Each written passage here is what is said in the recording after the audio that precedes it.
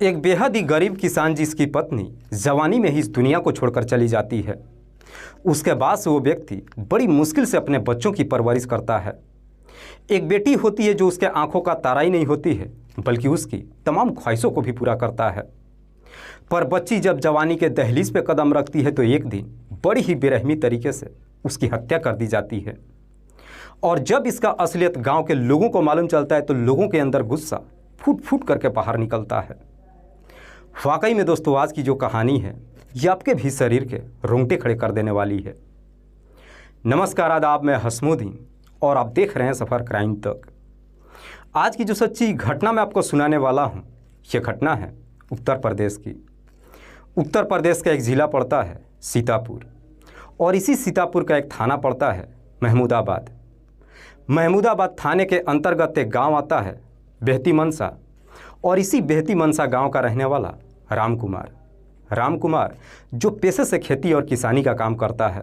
राम कुमार के टोटल 3 बच्चे हैं, जिसमें 2 बेटा और 1 बेटी। बड़े बेटे का नाम मुकेश, दूसरा बेटा नरेश और सबसे छोटी बेटी सावित्री जिसकी उम्र है लगभग 19 साल, जो देखने में बेहद ही खूबसूरत है। बात कर रहा हूँ मैं 19 फरवरी की शाम के करीब 5 बजे के आसपास। दरअसल सावित्री पड़ोस के ही रहने वाली एक महिला सुनीता देवी के साथ मार्केट में जाती है, पर देर शाम तक जब घर पे नहीं आती है तो उसके पिता राम कुमार को चिंता सताने लगती है। इसीलिए राम कुमार अब अपनी बेटी के बारे में पूछताछ करने के लिए पड़ोस की रहने वाली सुनीता के घर पे जाता है।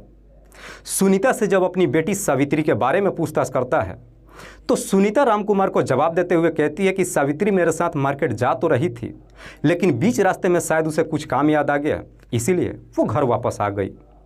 घर वापस जाने की जब बात कहती है सुन करके राम कुमार एकदम से परेशान हो उठता है, क्योंकि सावित्री ना तो घर पे आई थी और ना ही कहीं दिखाई दी थी। उसके बाद से राम कुमार और उसके दोनों बेटे सावित्री की हर जगहों पे ढूंढना शुरू कर देते हैं। देखते ही देखते पूरी रात गुजर जाती है। अगली सुबह तक भी ना तो सावित्री घर पे आती है और ना ही उसका कहीं कुछ पता चलता है। पर अगले दिन जैसे ही सुबह होती है, करीब 8 बजे के आसपास गांव का एक व्यक्ति राम कुमार के घर पे भागते दौड़ते आता है और राम कुमार से कहता है कि दरअसल नरेश के गन्ने के खेत में सावित्री की डेड बॉडी एक पेड़ से बंधा हुआ है। गांव का व्यक्ति जैसे इस तरह की बात कहता है, उसके बाद से राम कुमार अपने दोनों बेटों को लेकर के गन्ने के खेत में उस घटनास्थल पर पहुँचता है। और जब अपनी बेटी सावित्री की डेड बॉडी को देखता है तो देख करके चीख चीख करके रोने लगता है। धीरे धीरे वहाँ पे गांव के लोग भी इकट्ठा हो जाते हैं, और गांव के लोग जब इस तरह का नज़ारा देखते हैं तभी उन्हीं में से एक व्यक्ति इस बात की जानकारी पुलिस को दे देता है।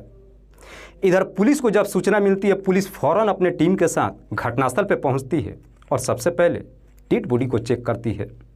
तो मालूम चलता है कि सावित्री के गले पे किसी तेजधार हथियार को चला दिया गया है। डेड बॉडी को देखकर यह भी अंदाज़ा लगाया जाता है कि शायद सावित्री के साथ में कुछ गलत किया गया है। पुलिस घटनास्थल की बड़ी बारीकी तरीके से मुआयना करती है, लेकिन बावजूद इसके पुलिस के हाथ कोई सबूत नहीं मिलता है। पुलिस सबसे पहले डेड बॉडी को अपने कब्जे में लेकर पोस्टमार्टम के लिए भेज देती है, और फिर धारा 302 के तहत अज्ञात अपराधियों के विरोध में मुकदमा दर्ज करती है और इस केस की जांच पड़ताल करना शुरू करती है।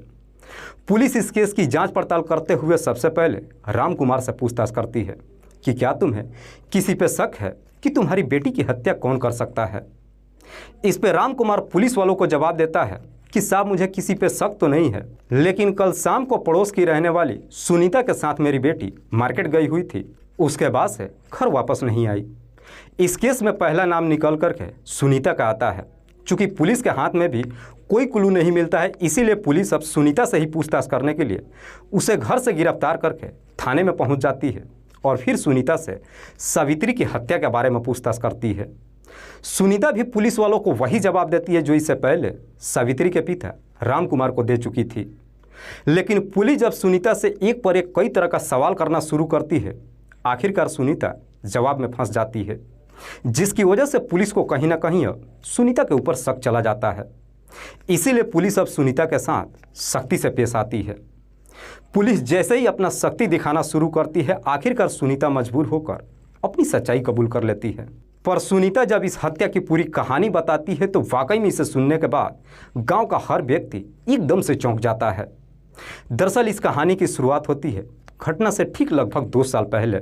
राम कुमार की बेटी सावित्री जब 5 साल की होती है तभी उसकी माँ इस दुनिया को छोड़कर चली जाती है। राम कुमार की पत्नी जब इस दुनिया को छोड़ करके चली जाती है उसके बाद से राम कुमार के ऊपर दुखों का पहाड़ टूट पड़ता है। उस वक्त राम कुमार के तीनों बच्चे भी काफ़ी छोटे होते हैं। गांव के लोग के साथ साथ राम कुमार के जितने भी रिश्तेदार होते हैं सब राम कुमार को समझाने की कोशिश करते हैं कि तुम दूसरी शादी कर लो ताकि तुम्हारे बच्चों की बेहतर तरीके से परवरिश हो सके। पर राम कुमार किसी की बात नहीं मानता है और शादी भी नहीं करता है, बल्कि अपने बच्चों को पिता के साथ साथ माँ का भी प्यार देता है। राम कुमार सबसे ज़्यादा अपनी बेटी सावित्री से प्यार करता है, बड़ी लाड प्यार से अपने बच्चों की परवरिश करता है। सावित्री जब जवानी के दहलीज पे कदम रखती है तभी एक दिन सावित्री की अपने ही गांव का रहने वाला महेंद्र यादव से मुलाकात होती है। महेंद्र जिसकी उम्र है लगभग 24 साल के आसपास। महेंद्र के पिता का नाम है राज बहादुर यादव। दरअसल राज बहादुर के टोटल 4 बच्चे हैं, जिसमें 2 बेटियां और 2 बेटे। राज बहादुर अपने दोनों बच्चियों की शादी कर चुका है और सबसे छोटा बेटा है महेंद्र। चूँकि छोटा बेटा होने की वजह से महेंद्र के परिवार वाले भी उसे काफ़ी लाड प्यार करते हैं, इसलिए महेंद्र बड़ी मुश्किल से 12वीं तक की पढ़ाई करता है। उसके बाद से अपनी पढ़ाई छोड़ देता है और गांव के ही आवारा लड़कों के साथ में मटर गश्ती करने लगता है। पहली बार महेंद्र और सावित्री की जब मुलाकात होती है, पहली नज़र में दोनों एक दूसरे को पसंद कर लेते हैं और फिर महेंद्र और सावित्री के बीच में प्रेम प्रसंग शुरू हो जाता है। महेंद्र और सावित्री के बीच में प्रेम प्रसंग तो शुरू हो जाता है, लेकिन दोनों को एक दूसरे से मुलाकात करने में काफ़ी दिक्कत होती है, क्योंकि सावित्री के पास कोई मोबाइल भी नहीं था। इसलिए चाह करके भी महेंद्र सावित्री से वक्त पे बातचीत नहीं कर पाता था। चूँकि दोनों एक ही गांव के थे, इसलिए मुलाकात करने में उतनी ज़्यादा दिक्कत नहीं होती थी। सावित्री हर छोटे मोटे कामों को लेकर घर से बाहर निकलती थी। महेंद्र मौका देख करके सावित्री से मुलाकात कर लेता था, पर बार बार मुलाकात होने की वजह से दोनों एक दूसरे के इतने करीब आ जाते हैं कि आखिरकार महेंद्र और सावित्री शादी करने का फैसला कर लेते हैं।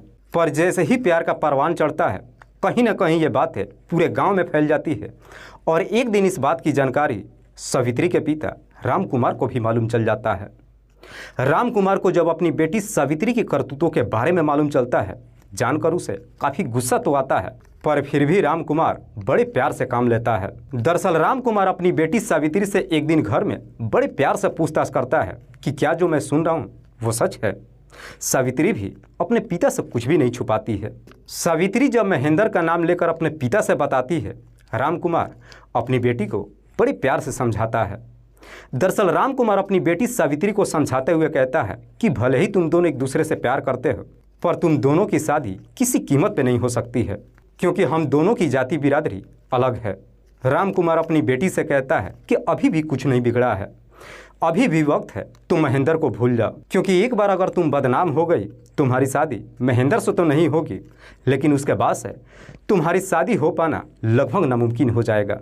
राम कुमार जब बड़े प्यार से अपनी बेटी को समझाता है, कहीं ना कहीं सावित्री को भी अपने पिता की बात पसंद आ जाती है और अपने पिता से वादा कर लेती है कि आज के बाद से मैं कभी भी महेंद्र से मुलाकात नहीं करूंगी, और होता भी बिल्कुल वैसे ही है।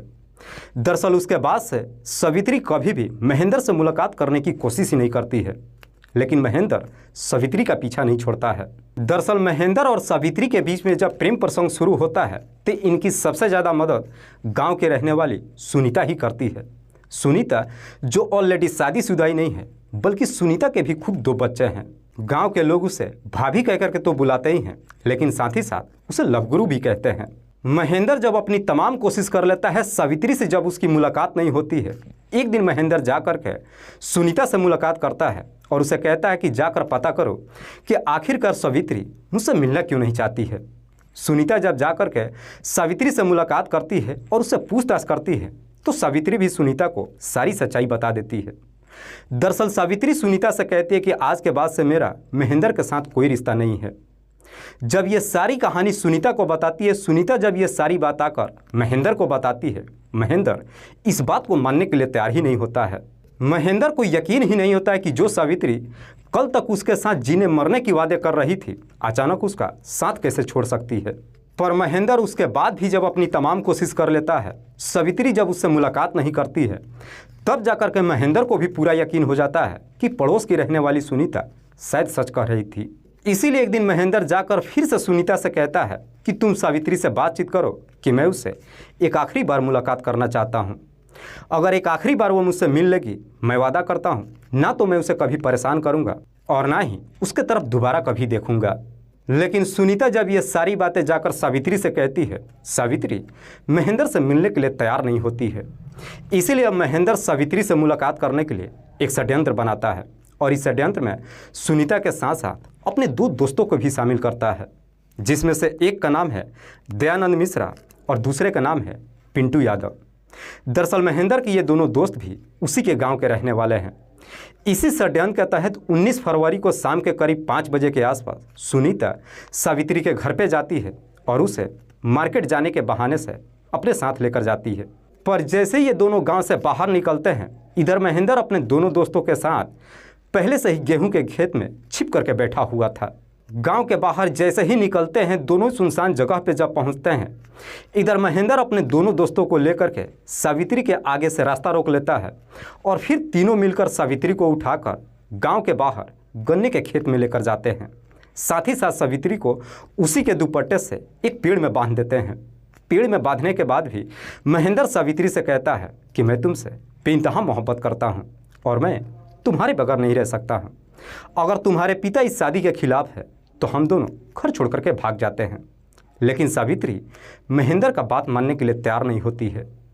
महेंद्र जब अपनी तमाम कोशिश कर लेता है, सावित्री जब उसकी बात नहीं मानती है, आखिरकार महेंद्र इस प्रकार से गुस्से में आ जाता है कि गुस्से में ही अपने पास से एक तेज धार हथियार को निकालता है और उस हथियार को सावित्री के गले पे चला देता है।